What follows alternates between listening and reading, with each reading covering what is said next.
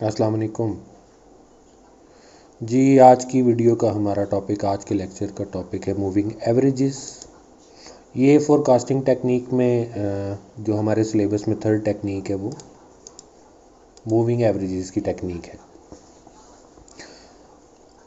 अब moving average होती क्या है कि आपको हिस्टोरिकल टाइम सीरीज़ डाटा दिया होता है। टाइम सीरीज़ डाटा क्या है, जैसे हमने पिछले लेक्चर में डिस्कस किया हुआ है इसको, कि आपको जनवरी से लेकर दिसंबर तक की सेल्स दी हुई हैं, वो 12 महीने की जो सेल्स उसने मंथली दी हुई हैं, तो वो टाइम सीरीज डाटा है। इसी तरह अगर आपको क्वार्टर 1, क्वार्टर 2, क्वार्टर 3 करके दिया हुआ है तो भी वो टाइम सीरीज डाटा है। इस तरह सालों का दिया हुआ है 2010, 12, 11, 12, 13, 14, तो वो भी टाइम सीरीज डाटा ही कहलाएगा। हिस्टोरिकल का मतलब आपको पता है कि वो पास्ट डाटा को हम हिस्टोरिकल डाटा कह देंगे। तो हम उस डाटा को लेके तो उस पर कैलकुलेशंस करते हैं, एवरेजेस कैलकुलेट करते हैं। अब मूविंग एवरेज होती क्या है वो आगे एग्जांपल में भी हम उसको समझेंगे कि एक तो एवरेज होती है ना, फॉर एग्जांपल आपने जनवरी, फरवरी, मार्च को ऐड किया, और यानी 3-3 महीने की अगर आपने एवरेज लेनी है तो जनवरी, फरवरी, मार्च को ऐड किया, 3 पे डिवाइड किया, तो वो इन 3 महीनों की एक एवरेज आ गई। फिर आपने अप्रैल, मई, जून की वैल्यूज़ को ऐड किया, फिर 3 पे डिवाइड किया, तो वो अप्रैल, मई और जून की वैल्यू का एवरेज आ जाएगा। फिर आपने जुलाई, अगस्त, सितंबर को ऐड किया और उस पुत को 3 पे डिवाइड किया, तो वो उन 3 महीनों की एवरेज आ जाएगी। ये तो सिंपल एक एवरेज है कि जिसमें आप जो भी डाटा गिवन होता है उसमें डिफरेंट डिफरेंट मंथ्स को ले लेते हैं और उनकी एवरेज कैलकुलेट कर लेते हैं। मूविंग एवरेज में ऐसा नहीं होता। तो मूविंग एवरेज में हम ये करते हैं कि जनवरी, फरवरी, मार्च, इन तीनों को ऐड करके 3 पे डिवाइड कर देंगे, जो आंसर आएगा वो हमारी इन 3 महीनों की एवरेज आ जाएगी। फिर हम ये नहीं करेंगे कि हम अप्रैल, मई और जून को ले लें। यानी पहले स्टेप पे तो आपने ये किया कि आपने जनवरी और फरवरी और मार्च को ऐड किया, यानी उनकी वैल्यूज़ को ऐड किया, और इसका जो भी आंसर आएगा इसको आपने 3 पे डिवाइड कर दिया। ये उस केस में है कि अगर आप 3-3 महीने की एवरेज ले रहे हैं। अगर आप 4 महीने की एवरेज लेंगे तो फिर 4 महीनों का डाटा उठाएंगे और उसको 4 पे डिवाइड करेंगे। यानी वो एवरेज का एक बेसिक फार्मूला है कि जितने महीने का आप एवरेज कैलकुलेट करेंगे उतने महीने को आप वैल्यूज़ को ऐड करेंगे और उसको उतने ही नंबर ऑफ मंथ्स पे, यानी 3 पे, 4 पे, 5 पे डिवाइड करेंगे। तो सेकंड स्टेप पे आपने ये नहीं करना कि अप्रैल, मई और जून लेंगे, बल्कि आप जनवरी को स्किप कर देंगे और मार्च के अगला महीना अप्रैल वो ऐड कर लेंगे। यानी जो दूसरी एवरेज आप कैलकुलेट करेंगे वो फरवरी और मार्च और अप्रैल के डेटा को लेके इसकी एवरेज कैलकुलेट करेंगे, यानी इसको भी डिवाइडेड बाय 3 करेंगे। डिवाइडेड बाय 3 हर केस में हम इस वजह से कर रहे हैं कि हमारे पास जो डाटा है वो 3 मंथ्स का ले रहे हैं हम, यानी जो हम एवरेज कैलकुलेट कर रहे हैं वो 3 मंथ्स की बेसिस पे कैलकुलेट कर रहे हैं। इसी तरीके से आप फरवरी को स्किप कर देंगे नेक्स्ट स्टेप में, और मार्च, अप्रैल और मई, इन 3 मंथ्स को ले लेंगे। देन इसको भी आप 3 पे डिवाइड कर लेंगे, तो इस तरीके से आपकी मूविंग एवरेजेस आएंगी। तो ये जो मूविंग एवरेज है ये नॉर्मल एवरेज से इस एस्पेक्ट में डिफरेंट है। अच्छा जी,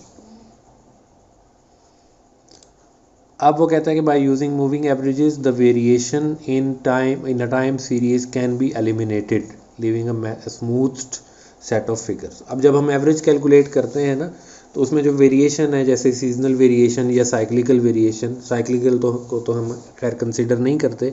मेन जो हमारे क्वेश्चन में सिर्फ जो आपकी सीजनल वेरिएशन है उससे रिलेटेड क्वेश्चन आएगा। तो हमने उन वेरिएशंस को अगर एडजस्ट करना है, हम चाहते हैं कि एक स्मूथ डाटा आ जाए। स्मूथ डाटा का मतलब है कि अगर सेल ग्रो हो रही है ना, तो हर क्वार्टर में या हर एक गिवन टाइम पीरियड में उसकी जो ग्रोथ है वो इक्वल हो, जैसे 10%, 10%, 10%, इस तरह करके हमारे पास एक स्पेसिफिक डाटा आ जाए जो स्मूथ डाटा हो, जो डिस्क्रीट ना हो, यानी वैल्यू कोई ज़्यादा हो रही है फिर कम हो रही है, तो उसको हम स्मूथ करने के लिए हम मूविंग एवरेज का मेथड यूटिलाइज़ करते हैं, ये यूज़ करते हैं। उसमें हम आगे चीज़ें देखते हैं कि एग्जांपल भी उसने दी हुई है नेक्स्ट पेज पे, उसको अभी हम देखेंगे। अच्छा, it is important that the correct cycle is chosen for the moving average, otherwise the result will not be as good as it should be. Cycle of का करेक्ट साइकिल चोजन का मतलब ये है कि हमने जैसे एग्जांपल में ऊपर 3-3 महीने लिए हैं, तो जहाँ पे आपको ज़रूरत पड़ेगी तो आप 4 महीने का एवरेज निकालेंगे, जहाँ ज़रूरत पड़ेगी वहाँ आप 5 महीने का एवरेज निकालेंगे।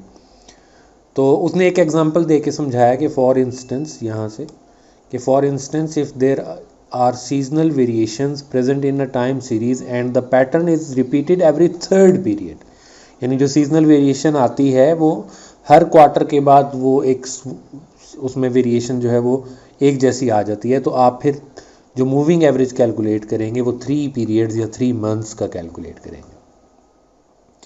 It is possible to calculate a moving average based on any length of cycle, यानी 4 महीने ले लें, 5 ले लें, 6 ले लें, वो डिपेंड करता है डाटा जो गिवन होगा उस पर। The moving average value is associated with the mid point of the time period use to calculate the average. Mid point यही होता है ना, एवरेज मिड पॉइंट होता है, मीन कह लें, एवरेज कह लें, मिड पॉइंट कह लें, एक ही बात है।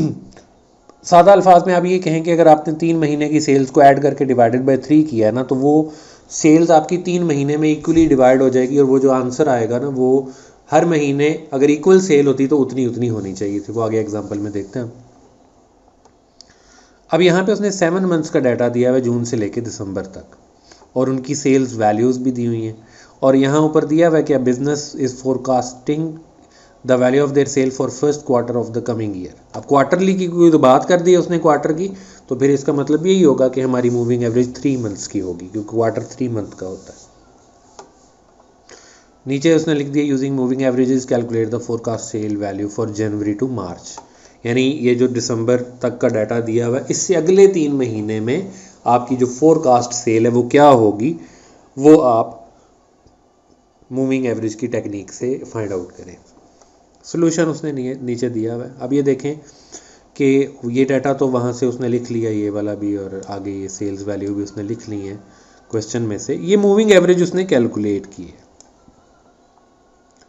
अब सवाल ये है कि ये 2538 उसने कैसे कैलकुलेट किया। तो ये बेसिकली अभी मूविंग एवरेज नहीं है, ये मूविंग एवरेज का टोटल है। अब बेसिकली वो ये कर रहा है कि ये पहले 3 महीने की सेल्स की वैल्यूज़ को उसने ऐड किया और दरमियान वाले महीने के सामने यानी जुलाई के सामने वो वैल्यू लिख दी। सेकंड स्टेप पे उसने ये किया कि 851 को स्किप करके यहाँ से डाटा उठाया 935 तक, और इसको उसने यहाँ पे लिख दिया 2622।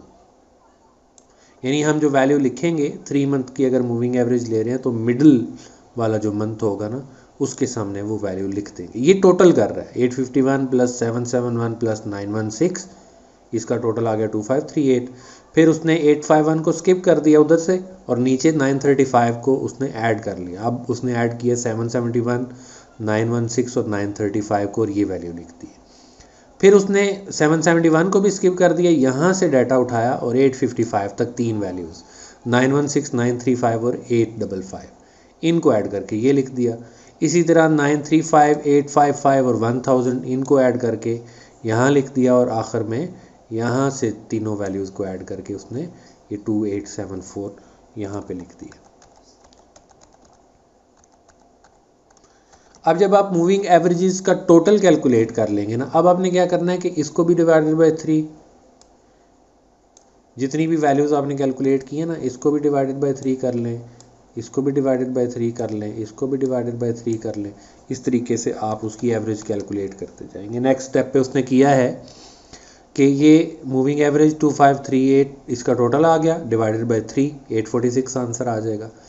2622 डिवाइडेड बाय 3 874 आंसर आ जाएगा। 2706 डिवाइडेड बाय 3 902 आंसर आ जाएगा। तो ये ऊपर उसने लिखा है ना कि calculate trend by dividing 3 month moving average total by, ये 3 पे डिवाइड करते जाएंगे।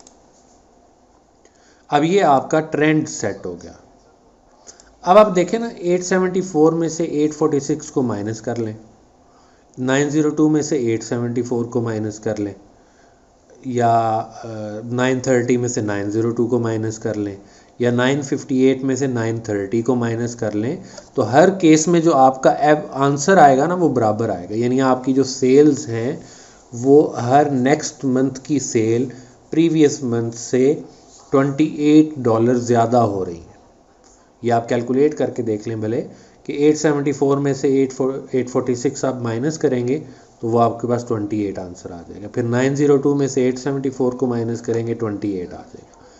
अब ये एक ट्रेंड पता चल गया कि आपके हर महीने की जो सेल्स हैं वो प्रीवियस मंथ की सेल से $28 ज़्यादा हैं। वो नीचे यहाँ उसने कैलकुलेट भी किया होगा। बाकी वो सीजनल वेरिएशन की आगे देखते हैं। अच्छा, अब ये ट्रेंड वो 28 वगैरह तो जो उसकी है वो हमें सिर्फ कैलकुलेट करने के लिए था। वो स्टेप 4 में यहाँ उसने ये लिखा हुआ है कि हर महीने की जो सेल्स हैं एज पर ट्रेंड, एक एक्चुअल सेल्स जो डाटा दिया हुआ, ये जो सेल्स का डाटा क्वेश्चन में दिया हुआ था ये एक्चुअल सेल्स हैं, लेकिन ऑन एवरेज बेसिस हमारा जो ट्रेंड बन रहा है ना वो ये बन रहा है कि हर मंथ की सेल्स प्रीवियस मंथ की सेल्स में से $28 एक्स्ट्रा हो रही है। अच्छा, जब हमने कैलकुलेट करना है ना क्वार्टरली, यानी अगले 3 महीने की चीज़ें हमने कैलकुलेट करनी है, या अगर हमने क्वार्टरली लिया हुआ है तो इसका मतलब ये होगा कि हमारी जो सीजनल वेरिएशन होगी वो क्वार्टर में रिपीट करेगी। वो आगे भी बताता हूँ कि वो कैसे। अच्छा, जब आपने ट्रेंड कैलकुलेट कर लिया यहाँ पे, उसको आपने ट्रेंड को और सेल्स वैल्यू को, अब जैसे मैंने बताया था ना कि मिडल वाले मंथ के सामने आपने ये वैल्यू लिखनी है, इसी तरह जो एवरेज कैलकुलेट करना है वो भी उसी मंथ में ही लिखना है। यानी ये समझ लें कि ये 846 जो सेल्स हैं ये जुलाई की सेल्स हैं, 874 जो एवरेज सेल्स हैं ये अगस्त की सेल्स हैं, इसी तरह 902 सितंबर के लिए, 930 अक्टूबर के लिए, 958 नवंबर के लिए, एज पर ट्रेंड एवरेज जो हमने कैलकुलेट किया उस एवरेज के मुताबिक ये सेल्स हैं। लेकिन एक्चुअल सेल्स तो ये दी हुई है उसने कि जुलाई में कितनी थी, अगस्त में, सितंबर में, अक्टूबर, नवंबर, दिसंबर, वो सारी सेल्स एक्चुअल दी हुई हैं। हमने अब कैलकुलेट करनी है सीजनल वेरिएशन। सीजनल वेरिएशन का प्रीवियस लेक्चर में आप देख सकते हैं उसको जाके, कि सीजनल वेरिएशन बेसिकली ट्रेंड और एक्चुअल सेल का जो डिफरेंस होगा ना वो सीजनल वेरिएशन होगी। अब वो सीजनल वेरिएशन पॉजिटिव भी हो सकती है, नेगेटिव भी हो सकती है। यानी हम ये कहेंगे कि एज पर ट्रेंड अगर हमारी सेल्स कम हैं लेकिन एक्चुअली जो सेल हुई हैं वो ज़्यादा हैं तो भी सीजनल वेरिएशन है, और अगर एज पर ट्रेंड सेल्स ज़्यादा हैं एक्चुअल सेल्स कम हैं तो भी सीजनल वेरिएशन है। अब वो पॉजिटिव भी हो सकती है, नेगेटिव भी हो सकती है। अच्छा, अगर तो एक्चुअल सेल्स ट्रेंड सेल्स से कम हो फिर हम कहते हैं कि वेरिएशन है ना, जो सीजनल वेरिएशन वो नेगेटिव है, यानी हमारी एक्चुअल सेल ट्रेंड से बिलो है, इसलिए हम उसको नेगेटिव कहते हैं, यानी सीजनल वेरिएशन नेगेटिव है। अगर एक्चुअल सेल्स ट्रेंड सेल से ज़्यादा होंगी तो फिर पॉजिटिव वेरिएशन होगी। ये चीज़ उसने यहाँ फाइंड की है कि जुलाई की ट्रेंड सेल 846 थी जबकि जुलाई की एक्चुअल सेल 771 है। इन दोनों का डिफरेंस है 75। अब क्योंकि एक्चुअल सेल्स ट्रेंड सेल से कम है इसलिए हमारी सीजनल वेरिएशन यहाँ नेगेटिव है।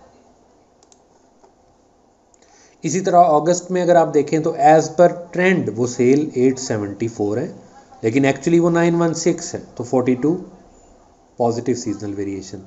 फिर नेक्स्ट सितंबर में 33 पॉजिटिव सीजनल वेरिएशन, फिर अक्टूबर में फिर -75, नवंबर में 42। आप देखो कि यहाँ पे 3 महीने में जो सीजनल वेरिएशन थी -75, 42 और 33, अब अगले 3 महीने में वही रिपीट हो रही है।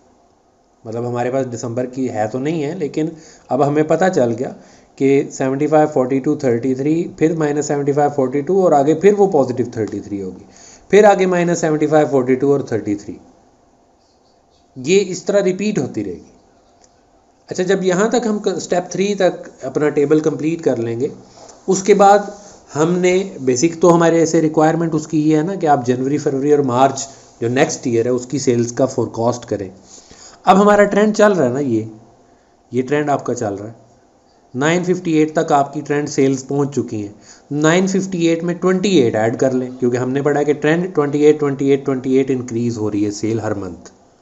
तो इसकी बेस पे हम कह सकते हैं कि जो दिसंबर की सेल होगी वो 958 में 28 ऐड करेंगे तो दिसंबर की सेल आ जाएगी। फिर दिसंबर की सेल का जो भी आंसर आएगा आगे आप देख लें, 958 में उसने 28 ऐड किया तो 986, ये दिसंबर की ट्रेंड सेल्स आ गई। ये भी ट्रेंड सेल्स है, फोरकास्ट सेल नहीं है। फोरकास्ट सेल कैसे कैलकुलेट करेंगे हम? ट्रेंड में वो सीजनल वेरिएशन प्लस माइनस करने के बाद फोरकास्ट सेल कैलकुलेट करेंगे। वो ट्रेंड वाले टेबल को पूरा करेगा आगे, 958 plus 28 986 plus 28 is 1014 plus 28 is 1042 plus 28 is 1070। अब आप ये देखें कि जनवरी की सेल भी आपके आप पास आ गई ट्रेंड के मुताबिक, फरवरी की सेल्स भी आ गई, मार्च की सेल्स भी आ गई। इसके बाद आपने इन वैल्यूज़ में ये जो दिसंबर जनवरी फरवरी मार्च तक लेके गए हैं ना आप, इनमें आपने सीजनल वेरिएशन को बस एडजस्ट करना है। अच्छा, सीजनल वेरिएशन पे वापस आए ना ज़रा, तो यहाँ 42 था पॉजिटिव, तो इसके बाद अगली वैल्यू है 33 पॉजिटिव, यानी ट्रेंड में और सेल वैल्यू में जो डिफरेंस आएगा एक्चुअली वो 33 का होगा क्योंकि रिपीट हो रहा है। तो अब दिसंबर की ट्रेंड सेल आपने फाइंड की है 986, और दिसंबर की जो सीजनल वेरिएशन यहाँ पे आएगी जो कि लिखी नहीं हुई, वो पॉजिटिव 33 आएगी क्योंकि 42 के बाद अगली जो सीजनल वेरिएशन है वो 33 है। अब पॉजिटिव 33 का मतलब क्या है कि एक्चुअल सेल्स ट्रेंड की सेल्स से $33 ज़्यादा होंगी। जब भी एक्चुअल सेल्स ज़्यादा होती हैं ट्रेंड सेल से तो सीजनल वेरिएशन पॉजिटिव होगी, अगर एक्चुअल सेल ट्रेंड सेल से कम होती हैं तो सीजनल वेरिएशन नेगेटिव होगी। अब हम क्या करेंगे कि हम ट्रेंड सेल, अब हमें पता है ना कि प्लस 33 है ट्रेंड सीजनल वेरिएशन दिसंबर के लिए, तो 986 में यहाँ पे अगर इस जगह इसमें अगर हम 33 ऐड कर लें, 986 में आप 33 ऐड कर लें। इसी तरीके से जनवरी की सेल्स की बात करें अगर आप, तो 1014 में आप क्या करेंगे? ट्रेंड को देखें, ट्रेंड में -75 आएगा, तो 1014 में से -75 कर लें, यहाँ से आप -75 कर लें, वो आगे उसने किया हुआ है। इसी तरीके से उसके बाद 42 है तो फरवरी की सेल्स क्योंकि वो पॉजिटिव 42 है तो प्लस 42 कर लें। फरवरी के बाद मार्च है, मार्च में फिर वो 33 आ जाएगा तो प्लस 33 कर लें, तो वो आपकी फोरकास्ट सेल आ जाएंगी। अब अगर आगे उसके सोल्यूशन को भी देखेंगे तो उसने यही किया है कि दिसंबर की सेल में उसने 986 में 33 ऐड करके यहाँ लिखा है, मतलब लिखना था नहीं लिखा क्योंकि वो रिक्वायरमेंट नहीं है। अब जनवरी की सेल, जनवरी का ट्रेंड हमें दिया हुआ है, सीजनल वेरिएशन -75 है, तो हम इसमें से 75 को माइनस करेंगे, 939 फोरकास्ट सेल फॉर जनवरी आ जाएगी। फरवरी का ट्रेंड दिया हुआ है, फरवरी की सीजनल वेरिएशन +42 है, ट्रेंड में 42 को ऐड कर लेंगे 1084, फरवरी की फोरकास्ट सेल आ जाएगी। और इसी तरीके से मार्च में 1070 में 33 को ऐड करेंगे तो ये मार्च की फोरकास्ट सेल आ जाएगी। इस तरीके से हम टाइम सीरीज एनालिसिस करते हैं, यानी हम अपनी जो मूविंग एवरेजेस है उसके मेथड को यूज़ करके भी फोरकास्टिंग कर सकते हैं। तो ये भी एक फोरकास्टिंग टेक्निक है जो कि इसमें से भी क्वेश्चन आ जाता है पेपर में, तो वो आप किट में से प्रैक्टिस करें और पास्ट पेपर के क्वेश्चंस उनको देखें। यहाँ नीचे उसने एक लिखा है, regression analysis can also be used with a time series context, the period number are the independent variable and the item being measured over time is dependent variable. यानी ये वो कहता है कि ये जो मंथ्स है ना 1 2 3 4 5 6 ये इंडिपेंडेंट वेरिएबल है, जबकि जो सेल्स हैं वो डिपेंडेंट वेरिएबल है। तो ये हम खैर रिक्वायरमेंट भी नहीं है, कोई पेपर की भी रिक्वायरमेंट नहीं है, इसको हम नहीं करते। अब यहाँ पे अगर उसने टाइम सीरीज़ में रिग्रेशन कैसे यूज़ होता है वो करके दिखा दिया कि ये 12 महीने का डाटा दिया है उसने, इसको मंथ को, क्योंकि उसने वो ऊपर बोला है कि मंथ को आप इंडिपेंडेंट वेरिएबल ले लें, यानी एक्स। तो ये मंथ 1 2 3 4 5 6 till 12 ये है एक्स, वाई टन्स परचेज वो दे दिया उसने, तो ये समेशन एक्स कर लिया उसने, यानी एक्स सारे ऐड कर लिए। y जो दिया हुआ था ये समेशन y कर लिया उसने, यानी y सारे ऐड कर लिए। अब ये एक्स वाई है, रिग्रेशन एनालिसिस वाले लेक्चर में आप देखेंगे तो वहाँ से आपको पता चल जाएगा कि एक्स वाई इन दोनों को मल्टीप्लाई कर रहा है और एंड पे समेशन एक्स वाई है, यानी जो एक्स वाई की सारी वैल्यूज़ हैं उनको टोटल कर लिया। फिर ये एक्स स्क्वेयर है, यानी ये जो एक्स की सारी वैल्यूज़ हैं इनका स्क्वायर ले रहा है। 1 का स्क्वायर 1 है, 2 का स्क्वायर 4, 3 का स्क्वायर 9, 4 का 16, 5 का 25 अप टू 12, तो 144 जो है ना वो आपका आ गया वहाँ तक स्क्वायर। तो इसको समेशन एक्स स्क्वायर उसने ले लिया। बाद में उसने रिग्रेशन का फॉर्मूला लगाया नीचे, वो आप प्रीवियस लेक्चर में भी देख सकते हैं और फॉर्मूला ऊपर लिखा हुआ है बुक में, वो आप वहाँ से देख के कर सकते हैं। तो ये तो हो गया मूविंग एवरेजेस वाला, और मूविंग एवरेज को कैसे हम यूज़ करते हैं वो चीज़ उसने दी हुई है। फिर आगे एक टेस्ट और अंडरस्टैंडिंग दी हुई है, ये सीजनल वेरिएशन से रिलेटेड है, लेकिन यहाँ पे परसेंटेज सीजनल वेरिएशन है। ऊपर फॉर्मूला दिया हुआ है y is equal to 10x + 420, वो लगा के कैसे कैलकुलेट करेंगे इसको करें। टेस्ट और अंडरस्टैंडिंग 8 है, वो BC से रिलेटेड है। और उसके बाद जो है ना हम नेक्स्ट जो क्वेश्चन होगा वो हम नेक्स्ट लेक्चर में इंशाल्लाह डिस्कस करेंगे।